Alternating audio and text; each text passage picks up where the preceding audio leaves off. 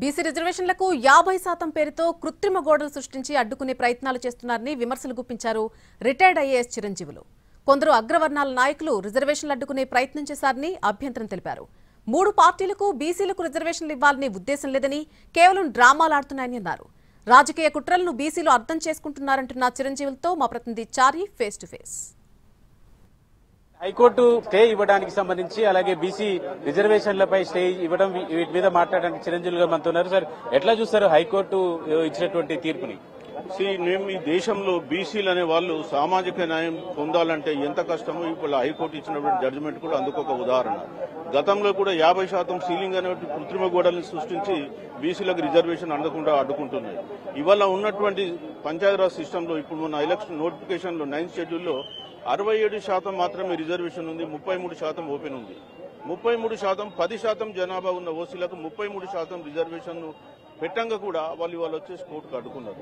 మొదటి నుంచి కూడా బీసీలకు సంబంధించినటువంటి అన్ని రిజర్వేషన్లను రెడ్డిలు ఇక్కడ వచ్చేస్తున్నారు, కొంతమంది వచ్చేసి కోర్టులో అడ్డుకుంటున్నారు. సో మేము ఇవాళ చూసేటువంటి దాన్ని ఏమంటున్నామంటే, కోర్టు జీవోను కొట్టివేయలేదు కాబట్టి మనకు 4 వారాల టైం ఉంది. ఈ 4 వారాల టైంలో కేంద్రం దగ్గర ఉన్న పెండింగ్ లో ఉన్నటువంటి మన బిల్లుని రాష్ట్రపతితో ఆమోదం చేయించుకోవాలి. ఆ విధంగా కాంగ్రెస్ ప్రభుత్వం ఒక యాక్షన్ ప్లాన్ తీసుకోవాలి. మీ అధినాయకుడు రాహుల్ గాంధీ మీద కేసు పెట్టగానే తెలంగాణలో మీరు ఒక బంద్ కాల్ ఇచ్చారు. మరి మా 42% గురించి మీ అధినాయకుడు పార్లమెంట్ లో మాట్లాడాడు. మీరు ఒక్కరోజు కూడా ఒక యాక్షన్ ప్లాన్ తీసుకుని బీజేపీ పైన ప్రెషర్ పెట్టారు. అంటే మీరు బీజేపీ ఏమన్నా కుమ్ముక్కై ఉన్నారా మాకు ఇవ్వకూడదని చెప్పేసి? ఇవాళ ఉన్నటువంటి 3 పార్టీల ఏ ఒక్క పార్టీ కూడా బీసీలకు 42% రిజర్వేషన్ ఇవ్వాలనేటువంటి ఉద్దేశం వాళ్ళకు లేదు.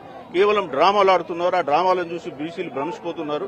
ఇప్పటికైనా బీసీలు కళ్ళు తెరవండి, నిజం తెలుసుకోండి, రేపు 42% పైన పోరాడండి అని చెప్పి చెప్తున్నాం. సరే, ఇప్పుడు మీరు అన్నట్టు అన్ని పార్టీలు రాజకీయ డ్రామాలు చేస్తున్నాయి అనుకోండి, రాజకీయ పార్టీలు సహజంగా చేసేవి అవే అనుకోండి. బీసీలంతా ఏకమయ్యి ఎందుకు ఈ రకమైనటువంటి వైఖరి చేయట్లేరు? కేవలం రాజకీయ పార్టీ కాంగ్రెస్ తన ప్రయత్నం తాను చేసిన కాంగ్రెస్ చెప్తుంది, బీజేపీ చేయాల్సినటువంటి వ్యవహారం చేయట్లేదని కాంగ్రెస్ చెప్తుంది, బీఆర్ఎస్ ఏమో ఈ 2 పార్టీలు తిడుతుంది. ఈ పార్టీలకు సంబంధించినటువంటి ఇష్యూని బీసీలంతా ఎందుకు ఐక్యంగా ముందుకు పోలేకపోతున్నారు? ఇప్పుడు బీసీలు ఇప్పుడిప్పుడే అర్థం చేసుకుంటున్నారు ఈ రాజకీయ కుట్రలు, ఈ కోణాలన్నీ కూడా. ఇప్పటి వరకు బీసీలకు ఇంత విపులంగా తెలియదు, విశదీకరించి ఎవరు చెప్పలే. ఈ మధ్య కాలంలోనే మన అందరం బీసీ సంఘాలు కూడా యాక్టివేట్ అయిన ఫీల్డ్ లో పనిచేస్తున్నాయి. సో ఇప్పుడు నిజమైనటువంటి విప్లవం అనేది బీసీలలో వస్తుంది. మొన్నటి వరకు మీరు తెలంగాణ ఉద్యమంలో 2009లో డిసెంబర్ 9 స్టేట్మెంట్ ఇచ్చిన తర్వాత వెనక్కి తీసుకుంటే తెలంగాణ సమాజం ఎట్లయితే బగ్గుమన్నదో ఇవాళ బీసీ సంఘాలు కూడా అట్లనే బగ్గుమంటున్నాయి. రాష్ట్రమంతా కూడా ఇవాళ బీసీ సంఘాలు అట్టుడిగిపోతున్నాయి. రాబోయే కాలంలో మీరే చూస్తారు బీసీ చైతన్యం, బీసీ విప్లవం. రాబోయే కాలంలో రాష్ట్రంలో ఈ 42% రిజర్వేషన్ అనేది ఒక రాజకీయ మార్పుకు అనివార్యమవుతుందని చెప్తున్నారు. ఇప్పుడు రాష్ట్ర ప్రభుత్వం నుంచి చేయాల్సిన ప్రయత్నం చేశామని కాంగ్రెస్ చెప్తుంది. మరి బీజేపీ దగ్గర పెండింగ్ లో ఉన్నటువంటి విషయాల మీద బీజేపీ మీద ఎందుకు బీసీలు కావచ్చు, బీసీ సంఘాలు కావచ్చు, బీసీ నాయకత్వం కావచ్చు ఎందుకు ఫోర్స్ చేయట్లేదు? కేవలం రాష్ట్ర ప్రభుత్వం మీదనే ఫోర్స్ చేయడానికి కారణం ఏంటి? ఇప్పుడు బీసీ సంఘాలు మొదటి నుంచి కూడా కేంద్రం ఆపుతుంది, బీజేపీ ఆపుతుందని మేము చెప్తున్నాం. కానీ మాకున్నటువంటి రిసోర్సెస్ రాష్ట్ర ప్రభుత్వం ఉన్న రిసోర్స్ తో మ్యాచ్ కావు.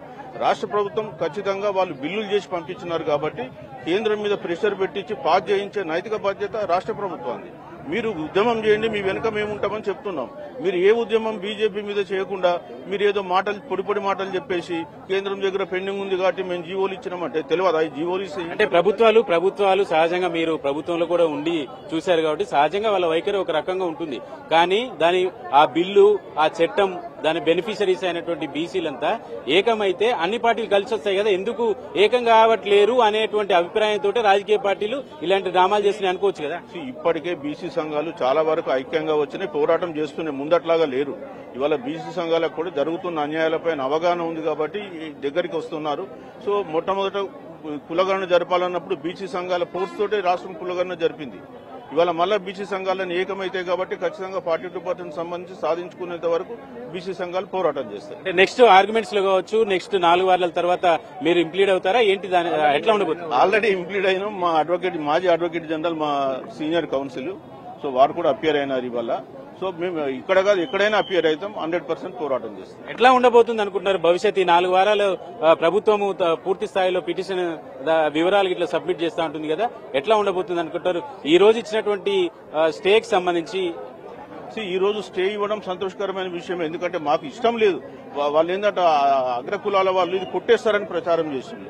కొట్టేయకుండా దాన్ని నిలబెట్టింది కాబట్టి మేము అంతవరకు సంతోషంగా ఇస్తూ మేము ఖచ్చితంగా రాబోయే కాలంలో పూర్తి సమాచారంతో రాష్ట్ర ప్రభుత్వం ముందుకు వస్తుంది. సో గెలిచే అవకాశాలు ఉన్నాయి. Thank you sir, thank you very much. బీసీలంతా కలిసి ప్రభుత్వం మీద ఒత్తిడి పెంచేటువంటి ప్రయత్నం చేస్తున్నామని చెప్తున్నారు. దీంట్లో భాగంగానే అన్ని రాజకీయ పార్టీలు కూడా కలిసి రావాలనేటువంటి విషయాన్ని చిరంజీవులు డిమాండ్ చేస్తున్నారు.